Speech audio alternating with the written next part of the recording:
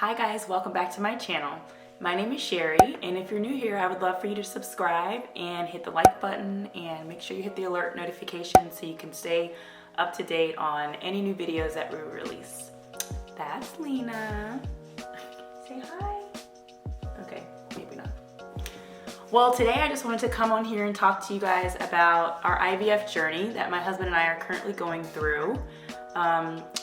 We have been trying to conceive probably for about like a year and a half to 2 years, you know, with timing and all of that. And if you don't know, I'm 41, so I am older in terms of my age, and you know, it's harder as you get older. So I would encourage anybody, if you are in your 30s or even in your 20s, just think about your fertility and, you know, how many kids you want to have, even if you're, you know, single or not in a relationship or anything like that, or not even married. You don't have to be married to think about your fertility or even be in a relationship, but I would strongly suggest that you think about it and then think about preserving it. So for me at 41, I really wish that I had considered freezing my eggs at least, but you know, nobody talks to you about that when you're younger. Everyone is always telling you to focus on your career or focus on your relationship, or you have so much time and you're so young, and that's true. But as we all know, or if you don't know, I didn't know this, but your fertility drastically decreases, you know, by the time you hit 35. So there are even some cases of women who are in their 20s who have very impaired, I'll say, impaired reproductive systems, and they may not have as many eggs as a normal 20-something-year-old should.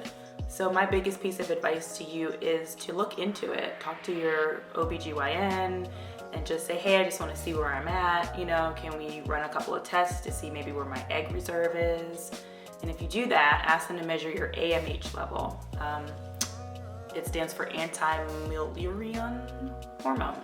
I'm pretty sure I messed that up, but I'll make a note of it here for you.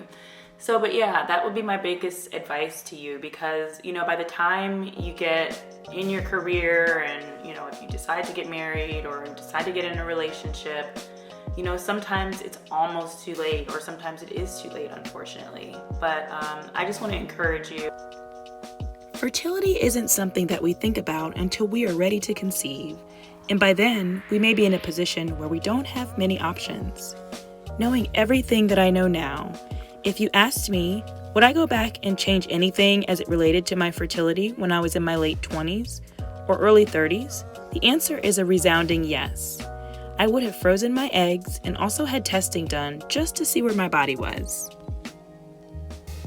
For Talashi and I, our diagnosis is unexplained infertility, which really doesn't help much. I'm thankful that neither of us have any major issues preventing us from conceiving naturally, but unexplained infertility is really just a, well, nobody really knows what's going on type of diagnosis. This doesn't really help you to fix anything. Our doctors have told us that it's mainly just age and that we could conceive naturally, but it would likely take us longer than we wanted it to. Going through IVF is something that you have to prepare yourself for both physically and mentally. Having a support system is key here, and you may find that your support system looks a lot different than you thought it would. I found that it's really hard for people to relate to what you're going through because they just don't understand it. They have judgment towards conceiving this way, or they just simply can't relate. I found community in a lot of strangers, actually. Other people that were going through IVF themselves, whom I found on Facebook groups and other social networks. Let's face it, not many people know about IVF unless they have to go through this, so we can't really blame them.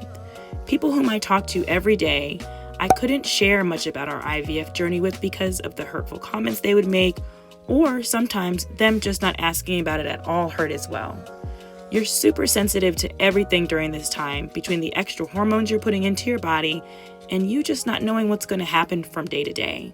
And on top of that, if you work, you'll have to balance that in as well. I don't say all of this to scare you, but I say this to help you prepare mentally for what you are about to encounter. Give your friends and family some grace in this. Nobody really knows what to say. We're not perfect.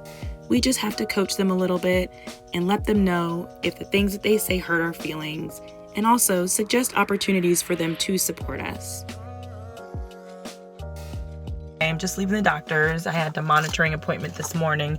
So this is my second monitoring appointment. And I didn't know this, but so they measure my follicles. Anything that is over 1 centimeter counts. So today I had 2 follicles on the right side that were over 1 centimeter and none on the left. So that was a little disappointing to hear, but my nurse said, it's still early, they may not even change my medication protocol. So they have me on what they call a flare protocol. So they have me on like the highest dosage of Gonal F or Follistim, if that's what your pharmacy prescribed.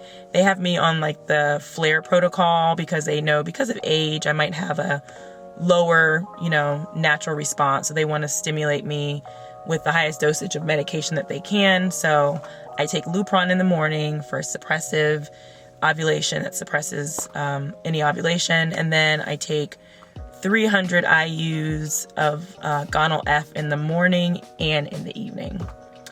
So we'll just have to see how things go. My nurse is going to give me a call later on today once she gets back the results from the blood work. So we'll know where my estrogen levels are. And we'll just kind of go from there. One thing I'm learning about IVF and infertility is you just have to be flexible, I've came into this, of course, with an open mind, just hoping that, everything would go well. And if not, we would just keep trying.